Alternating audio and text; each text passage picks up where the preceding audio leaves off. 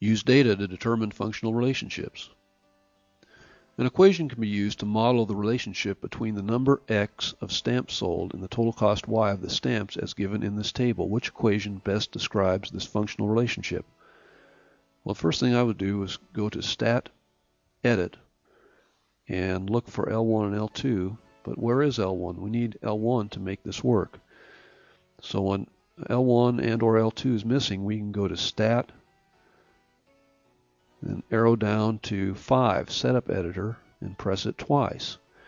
And then we can go to Stat, Edit, and we see L1 and L2 here. So we can enter these X coordinates under L1, and then these Y coordinates under L2. And once we've done that, we can go to Zoom, and arrow go down to 9, arrow down to 9, Zoom Stat. And here we see, well, we don't see our points. Where are they? Well, what's happened is we need to go back to Y equals, and we need to turn plot 1 on. And we go up to that, press enter, so now it's darkened and activated. Now we press Zoom Stat, and we see our 3 points. We can go about entering the answer choices. So we take this first one, and we can place it right here in Y1, 1.56x, and graph, and we see that it does not fit any of these 3 points, and so therefore that is not correct. We go to choice B, same process. Graph does not match any of the 3 points, so we cross that off the list as well. Then we go to choice C, 0.39x, and we see it fits. So we know that C is our right answer. Next problem, which equation describes the 4 ordered pairs -1, -1, 0, 1, 2, 5, and 3, 7? Well, we're going to take these 4 sets of ordered pairs and place them in a table, one at a time. Now the reason we do this is to keep things better organized. It's very easy to misplace these numbers if we don't put them in a vertical table first. And so we go to Stat Edit, and we place our X coordinates under the L1 column, the Y coordinates under L2 column, and we go to Zoom 9, and we see our 4 points. Looks like they're in a line. And so we try our answer choices. We try choice A, 2x plus 1, and we see that it fits. We can try our other choices as well, but A is our correct answer. Next problem.